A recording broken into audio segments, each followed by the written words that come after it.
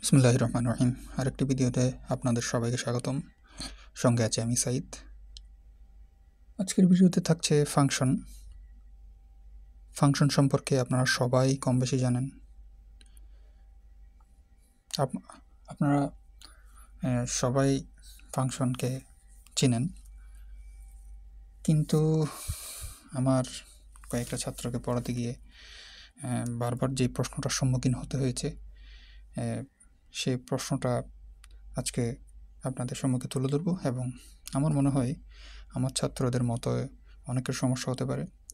তো এই জিনিসটা নিয়ে আমি পাবলিকলি আলোচনা করতে চাই, যেন বাকি যারা রয়েছে, আমার ছাত্রের বাইরে যারা রয়েছে, যাদের সমস্যা রয়েছে, তাদের যেন সমস্যাটা সমাধান হয়। তো আজকে আমি যে জিনিসটা নিয়ে আলোচনা করব সেটা হচ্ছে বিশেষ একটি ফাংশন। এই যে আপনারা স্ক্রিনে দেখতে পাচ্ছেন লেখা আছে এই ফাংশনটি, এটা একটি লগারিদমিক ফাংশন। আপনারা তো সবাই জানেন লগারিদমিক ফাংশন কি।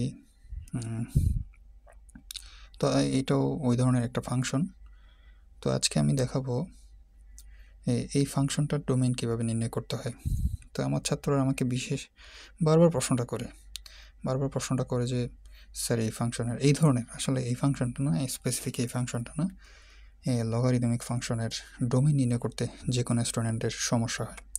তো আমি বারবার উত্তর দেওয়ার পরেও তাদের সমস্যাটা থেকেই যায়, প্র্যাকটিস করার অভাবে আর কি। যাই হোক, তো এখন আপনাদের যারা সমস্যা রয়েছে, আশা করি এই ভিডিওটা যদি আপনারা সম্পূর্ণ দেখেন তাহলে আপনাদের আর কোনো সমস্যা থাকবে না, তবে একটু প্র্যাকটিস করতে হবে। তো এই ফাংশনের ডোমেইন কি, সবার আগে আমি যদি ডোমেইন বের করতে যাই তাহলে ডোমেইন নিয়ে কিছু বলতে হয়, কিন্তু ভিডিওটা ছোট করার স্বার্থে আমি ডোমেইন নিয়ে বিস্তারিত আলোচনায় যাব না। আমি ধরে নিচ্ছি আপনারা যারা আমার ভিডিওটা দেখছেন তারা ডোমেইন সম্পর্কে ভালো ধারণা রাখেন। তো শুরু করা যাক। প্রথমে এই জিনিসটাকে আমরা একটু রিডিফাইন করি। এই জিনিসটাকে আমরা y দিয়ে লিখতে পারি সমান সমান ln of 1 plus x divided by 1 minus x। আমরা ছোটোবেলায় লগারিদমিক ফাংশনের ফর্মুলা পড়েছি 9-10 থেকে শুরু করে, মোটামুটি 9-10 পড়ানো হয় এই জিনিসটা। তো সেখান থেকে আমরা লিখব যে লগারিদম, যেহেতু এখানে ln n আছে, তাহলে বুঝতে হবে এখানে লগের ভিত্তি, এটা হলো লগ ই ভিত্তিক। এই ফাংশনের ভিত্তি হচ্ছে ই মানে তো আমরা মোটামুটি আমি ধরে নিচ্ছি সবাই জানি, কারণ আমি এটা নিয়ে আলোচনা করতে চাচ্ছি না ভিডিওতে। যদি প্রয়োজন পড়ে অন্য কোনো সময় আসবো, এই ভিডিওটা ছোট করতে চাচ্ছি। তো এখান থেকে আমি লিখতে পারি e to the power y 1 plus x 1 minus x। ফাংশনের ডোমেইন বলতে আমরা বুঝি যে মানগুলির জন্য ফাংশনটার ভ্যালু পাওয়া যায়, একদম সহজ করে বললে যেটা হয় আর কি। যে মানগুলির জন্য ফাংশনটার একটা ডেফিনেট ভ্যালু পাওয়া যায়। তো এখানে আপনাদেরকে যদি আমি প্রশ্ন করি কোন ভ্যালুগুলোর জন্য এই ফাংশনের মান পাওয়া যাবে, সেটাই হচ্ছে আমাদের ডোমেন। তাহলে একটা জিনিস লক্ষ্য করলে দেখা যায় এখানে এটা হচ্ছে আমাদের এক্স রিলেটেড, মানে ইন্ডিপেন্ডেন্ট ভেরিয়েবল, আর এটা হচ্ছে ডিপেন্ডেন্ট ভেরিয়েবল। তো এখানে এই ভ্যালুগুলো আমি ইচ্ছা মতো নিব, এই ভ্যালুগুলোর কারণেই এর ভ্যালুটা আসবে। তো দেখা যাক সর্বপ্রথম কি করা যায়। একটা বিষয় লক্ষ্য করার, সেটা হচ্ছে যে এখানে যদি y এর মান যাই হোক না কেন, এই ফাংশনটা মানে y এর মান যেটাই হোক, y এর মান যদি আমি মাইনাস y নিই, 0 নিই অথবা প্লাস y নিই, তাহলে এই পাশে কখনোই শূন্য আসবে না। কেন আসবে না? কারণ ওয়াইটা হচ্ছে এখানে ঘাত হিসেবে আছে, আর তো কখনো চেঞ্জ হবে না, কারণ এই একটা অমূলদ সংখ্যা, সেটা আমরা সবাই জানি 2.7 সামথিং এরকম এটার ভ্যালু। তো এটা কখনোই শূন্য হতে পারবে না। আমরা এখন ফাংশনের ডোমেইনটা নির্ণয় করার জন্য এই শর্ত ধরে নিব। তাহলে শর্ত ধরবো এটা শূন্য হতে পারবে না। শূন্য না হওয়ার জন্য plus x 1 minus x is not equals to 0। আরেকটা বিষয় হচ্ছে এটা এখানে ওয়াইয়ের মান যায়নি, মাইনাস হোক প্লাস হোক 0 হোক, এটা কখনোই এই পাশে মাইনাস বোধক মানে বিয়োগ বোধক সংখ্যা আসবে না। তাহলে এখান থেকে পেলাম একটা শর্ত পেলাম এটা শূন্য হবে না, আরেকটা শর্ত পেলাম এটা বিয়োগ বোধক কোনো সংখ্যা হবে না, অতএব এটা শূন্যের চেয়ে সবসময় বড় থাকবে। দুইটা শর্ত মিলালে আমরা এটা পাই, এই শূন্য হবে না এবং বিয়োগ বোধক কোনো সংখ্যা হবে না। এই দুইটা শর্তকে যদি আমি একসাথে লিখতে যাই তাহলে এটা লিখতে পারি। এখন তারপর এই শর্তটার পর এখানে ঠিক আগের মতো ওয়াই যেরকম শূন্য প্লাস মাইনাস দেখেছিলাম, এখানে এক্সের মধ্যে এরকম তিনটা কেসে ভাগ করব। তিনটা কেসে ভাগ করার পর আমরা চূড়ান্ত ডোমেইন পাব। তিনটা কেসে ভাগ করলে হবে এক্স যখন ধনাত্মক, এক্স যখন ধনাত্মক তখন কি হবে দেখি। এক্স যখন ধনাত্মক 1 plus x 1 minus x greater than 0, এখান থেকে 1 মাইনাস এক্স দিয়ে উভয়কে গুণ করলে 1 প্লাস এক্স গ্রেটার দেন 0,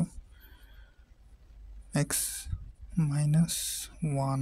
ওকে, আমরা পাই এটা এক্স হলো মাইনাস 1-এর চেয়ে বড়। যদি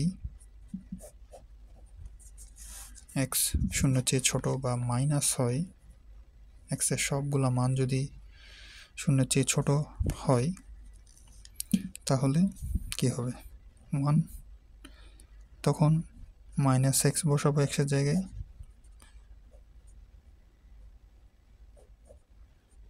বসানোর পর শর্তে কি দাঁড়ায় দেখি। আগের মতো সব কিছু 1 মাইনাস এক্স 1 প্লাস এক্স, তাহলে এখান থেকে 1 minus x greater than 0 minus x minus 1 x less than 1। আচ্ছা,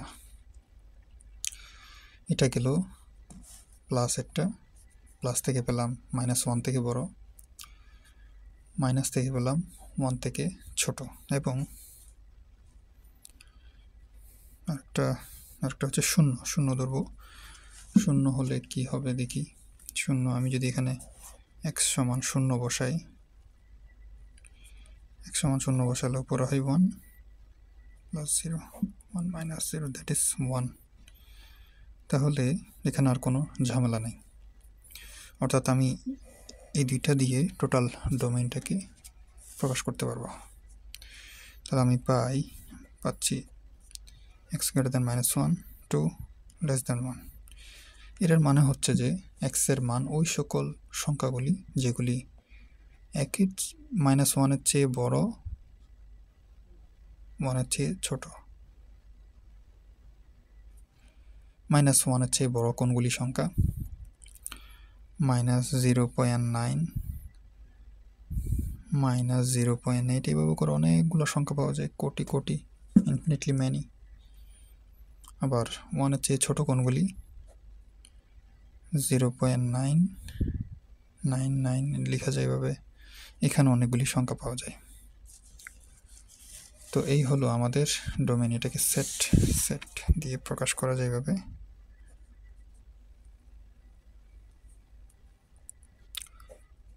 -1 to 1, এই হলো আমাদের চূড়ান্ত ডোমেইন। তো ভিডিওটি আশা করি আপনাদের সবার ভালো লেগেছে। যদি ভালো লেগে থাকে তাহলে ভিডিওটি বন্ধুদের সাথে শেয়ার করবেন, হয়তো আপনাদের বন্ধুবান্ধবের মধ্যেও অনেকের এটা নিয়ে সমস্যা থাকতে পারে। ধন্যবাদ সবাইকে, আসসালামু আলাইকুম। প্রিয় ভিউয়ার্স, এখন আমরা ফাংশনের গ্রাফটা একটু দেখব। প্রথমে ইনপুট দিতে হবে আমাদের double bracket 1 plus x divided by 1 minus x